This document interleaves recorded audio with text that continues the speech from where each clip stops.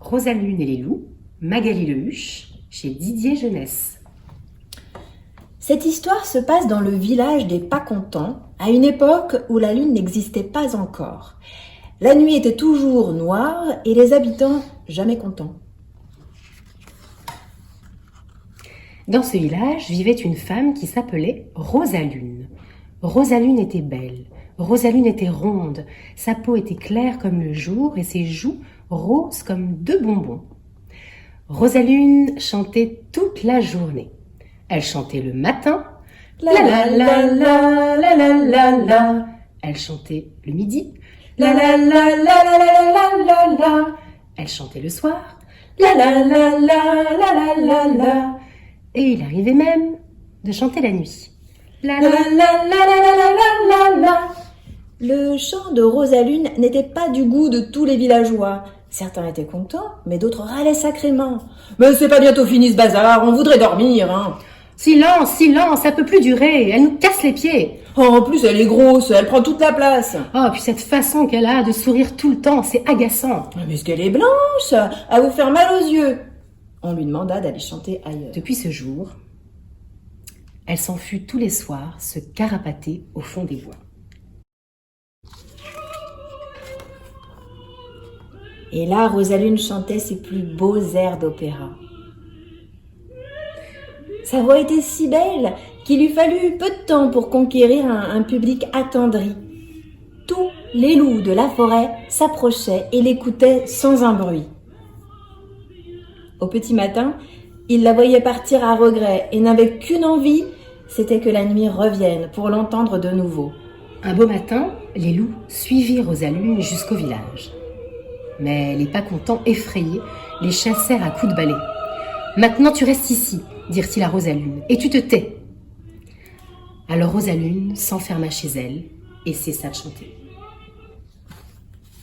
Mais quand il fit bien noir, les loups sortirent du bois, se postèrent sous la fenêtre de Rosalune et se mirent à hurler. Les villageois, paniqués, s'écrièrent « Cette femme est dangereuse !»« C'est une sorcière !»« Mais si on ne fait rien, les loups mangeront nos enfants !»« Et elle nous crèvera les tympans !»« Il faut qu'elle parte, loin et pour toujours !» On organisa un vote à main levée, un peu trafiqué, et l'expulsion fut décidée. Une seule solution pour s'en débarrasser, déclara le chef des Pas-Contents, la catapulte. Ce soir-là, les Pas-Contents se cachèrent dans tous les recoins du village. Sitôt la nuit tombée, les loups revinrent. Au premier hurlement, Rosalune se mit à la fenêtre. Seule sa voix pouvait apaiser la meute. Mais elle n'eut pas le temps d'ouvrir la bouche. On entendit un grand cri. « Attrapez-les » Rosalune et les loups furent tous capturés. On les entassa sur le siège de la catapulte. Tout le monde est à son poste, le compte à rebours put commencer. 10, 9, 8, 7, 6, 5, 4, 3, 2, 1, 0 ! Lancez la catapulte ! Rosalune et la meute furent propulsés dans les airs, comme une fusée. Ils dépassèrent la cime des arbres et le clocher du village fut bientôt très très loin. La voix de Rosalune s'éleva alors, plus puissante et plus aérienne que jamais. Les loups planaient. Les loups planèrent longtemps, puis plus rien du tout. Ils se retrouvèrent par terre, au beau milieu d'une forêt inconnue.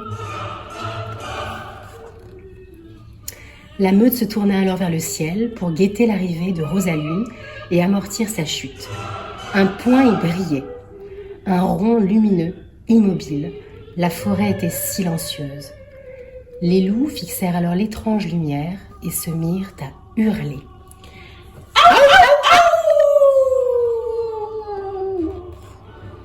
Rosalune n'est jamais retombée. On raconte qu'elle est restée là-haut et qu'elle chante au milieu des étoiles. Certaines nuits, elle chante avec passion. Elle s'illumine alors de 1000 feux. Ces nuits-là, la lune est toute ronde. D'autres nuits, ce n'est qu'un murmure et sa lumière est toute fine. D'autres nuits encore, elle se repose.